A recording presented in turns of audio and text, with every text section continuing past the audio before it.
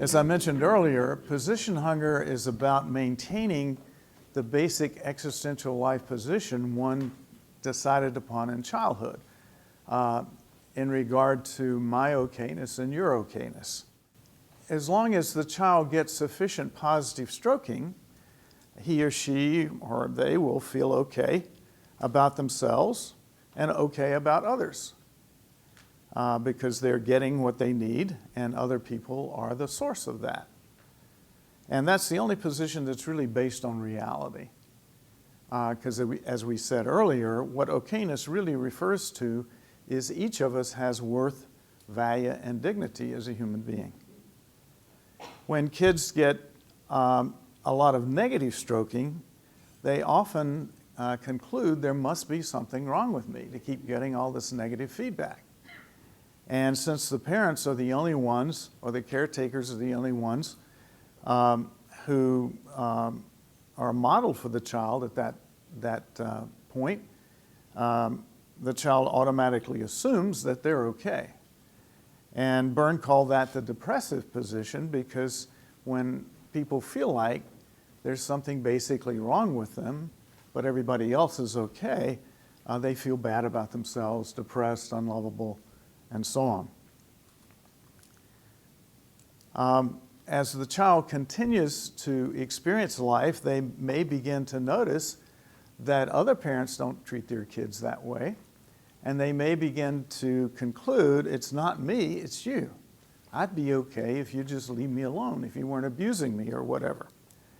And that's what Byrne called the defensive position, sometimes referred to as the paranoid position, where it feels like the way to stay okay is to watch out for you, not let you hurt me. And then the fourth position is where the child either gets very few strokes, a lot of neglect, or is constantly struggled with. The child begins to conclude there's something wrong with me because I'm not getting what I need, but there's something wrong with you also because you're not providing me with what I need. And Byrne referred to that as the position of despair or hopelessness or futility. If I'm not okay and you're not okay either, what hope is there for anything better? He also pointed out that once we decide on one of these basic positions, that there's a certain amount of psychological security associated with staying in that position. Because as long as we're in that position, we know how to act, we know how other people are going to react to us, we know what's going to happen over time. If we were suddenly to move to the first position of I'm okay, you're okay, I may not know how to act, I don't know what other people are going to do in response, and I don't know what happens to happy people. So it may bring up all of this anxiety, even though it sounds like it would be much more positive. So psychologically, we often, once we conclude one of these positions, will attempt to maintain it and to justify it in order to stay safe in the way that we have learned to. On 3, you said it's a way to look out for you and not let you hurt me. Kind of what I'm hearing that is, I find you wrong to make myself right. That's another way of thinking about it, right. It's called a defensive position for that reason, yeah. Okay, thank you. Right. So one of Byrne's early students, Frank Ernst, plotted these positions in quadrants, which he called the OK Corral, which is kind of a hokey name. That was the name of a movie a long time ago. Some of you may remember, or may be old enough to remember. And he basically put I'm okay at the right side of the horizontal axis, I'm not okay at the left side, you're okay at the top, and you're not okay at the bottom. And he pointed out that the position of I'm okay, you're okay is the healthy position, again, the only one based on reality. And when people are in that position, they tend to get on with figuring out how to create the most exciting, fulfilling possibilities for myself and you in the situation. When people are in the I'm okay, you're not position, Since it feels like the other person is the problem, people will put energy into trying to get rid of the other person by looking for faults or blemishes in the other person. And again, that is referred to as the defensive position. Racism, right, is a good example. Yeah. When people are in the position of I'm not okay, you are, as long as they're around people who are okay, they tend to feel not okay about themselves. So their solution is to get away from those people in order not to be reminded of their okayness. So they often will use running away in the extreme, suicide as a way of getting away from people who remind them of their not okayness. When people feel not okay about themselves and not okay about other people, they often tend to struggle in life and set up games to get nowhere with the other people, just to stay stuck and frustrated. I also want to just share with you some typical behavior in each quadrant. So if you know a person's existential position, it often will give you a lot of information about how they're likely to behave. Again, in the I'm okay, you're okay position, people generally will feel excited, feel other positive feelings, and they will be putting energy into using their adult and problem solving, again, to create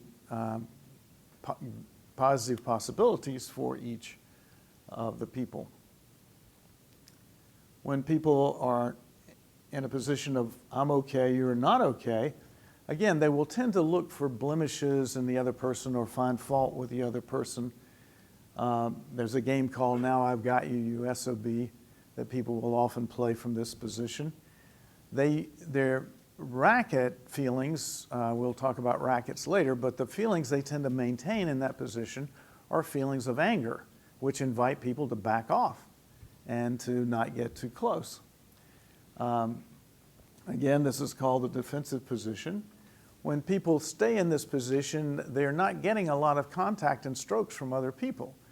So they often experience a fairly joyless existence and will often turn to alcohol, drugs, sex, drama as a way to provide stimulation or strokes that they're not getting through relationships with other people. Minor escalations of this position would be firing a not okay employee, divorcing a not okay spouse. The ultimate escalation of this position would be homicide. That would be the permanent get rid of, like the people who go into schools or other places and shoot up the place. When people are in an I'm not okay, you're okay position, they, outside their awareness, often play a game called Kick Me, which is inviting other people to find fault with them. And the feelings they maintain are often scare, sadness, confusion, guilt, to feel like there's something basically wrong with them. Again, this is called the depressive position. Claude Steiner referred to this position as the loveless position because the person feels unlovable. Minor escalations of this position would be to run away and try to find somebody who would love them in the way they deserve to be loved. Again, the ultimate escalation would be suicide. When people feel not okay about themselves and not okay about other people, they will often play a game called Why Don't You, Yes But, where they look for solutions or answers from other people to problems they're experiencing, and then reject anything other people offer. They often maintain frustration, invite other people to be frustrated with them. They feel a sense of despair, hopelessness, futility. Claude Steiner referred to this as the mindless position because people are usually not using their adult ego state from this position. And minor escalations of this position would be staying in a job that's going nowhere and just kind of vegetating, or staying in a relationship that's going nowhere. The ultimate escalation would be to go crazy and end up in an institution. Yeah. I'm struggling with the like interpersonal language of this, because I'm feeling like I would think most of these things are in response to like culture or stimuli or like things that are happening. Like I'm thinking about, I'm not okay, you're not okay, is in response to like the political climate. Like I feel a lot of frustration, despair, like I sense that in spaces a lot, for example. And so I guess I'm wondering if you have any thoughts about that, because the language right now feels very interpersonal. About Interpersonal, she said. Just like the whole okay, Corral and position hunger feels like kind of stagnant, interpersonal. So I was just wondering if you could elaborate. Yeah, I was just going to offer that, again, we in the visions work, we talk about 4 levels of oppression, 4 levels of change: personal, interpersonal, institutional, and cultural. This aspect of TA talks about what are the decisions I make at the personal level about my okayness. And those, in addition to those decisions being made in response to my family system, I may also make some decisions based on the culture and the institutional and cultural reality in which I exist. So I was thinking of a specific example in my life. I was raised when I was growing up in eastern North Carolina, about 50 miles from here, my family communicated the message that I was okay and they were okay. And every day, every Saturday, when we went to town, I got the message, because I had to stand behind white children, or I had to wait to be served, or I got kicked out of stores, that I was not okay. So I internalized both places. And under stress, I can go to the I'm not okay, you're okay position, even as my family gave me a different message. One particular memory that comes back to me when I think about this is a day when my brother and my brother's deceased now, but he was 4 and I was 6. And I could read, I must have been 5 and he was 3 because he couldn't really read. So there were 2 water fountains. One said colored and one said white. I could read, so I knew to go, and I already knew to go to the colored fountain. He couldn't read, he just saw 2 water fountains. So he starts to walk to the white water fountain.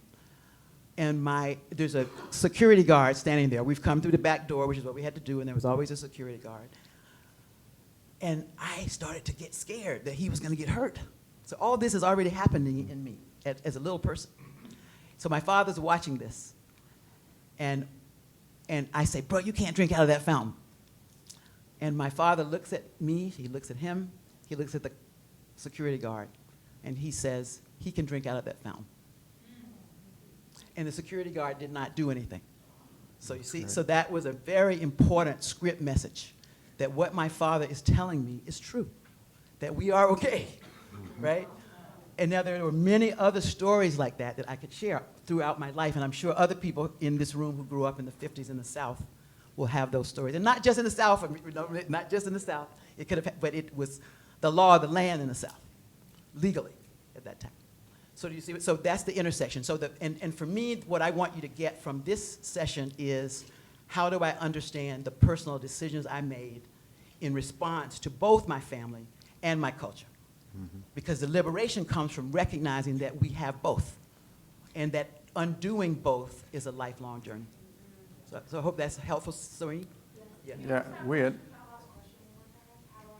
How do I understand the decisions I made about my okayness, both at the personal and interpersonal level, given what was going on in my family system or my community or my church or my religious, again, it's not just, the places in which I learned about faith and spirituality, as well as what was going on in the larger cultural context. So so now when I heard Donald Trump say, and this is not a political statement, this is a social, moral statement, when I heard him say, go back to your country, it triggered that old part of me that got so scared when my brother was getting ready to drink at that water fountain, right? And I also now have, and when the Congress said, when the, for that we're, passed a law to say that's a racist statement, that felt like a cultural level way of saying we're going to create, at least at the institutional level, a reality that's different than what happened in 1879 when we went back to Jim Crow, right? Do you see? So, yeah. Yeah, these positions are really decided upon through early experience in our family and school and so forth. And then once we've adopted a position and it feels like our basic truth, we look for justifications in the society around us. Which is what we talk about in terms of internalized oppression, which Right. is something we'll be talking more about. So we internalize certain survival behaviors that then can become internalized oppression, which is another way of thinking about this. So when I go to any of those positions, that can be a kind of internalized oppression. And I think in terms of, in relationship to the question that you asked about the personal nature of this OK Corral is at the personal level, but it also applies at institutional levels where how the institution or the government treats the people, how the educators, what their belief is about students, the capacity of students, I think will also set up the OK and not OK. But I think Byrne really was talking about at the interpersonal level. I'm struggling with the concept of drugs and alcohol and where you put these in this quadrant. Because I was thinking more is in the I'm not okay, the world is not okay position. Hopelessness and despair. So can you Yeah, people can shed use some light drugs on and it? Thank you. alcohol from any of the three not okay positions. But often in treatment centers and so forth, you see an awful lot of people who are in that I'm okay, you're not, who have turned to chemicals or sex or some artificial form of stimulation to make up for the lack of relationships, strokes through relationship. But it's not to imply that's the only position that people will use drugs and alcohol.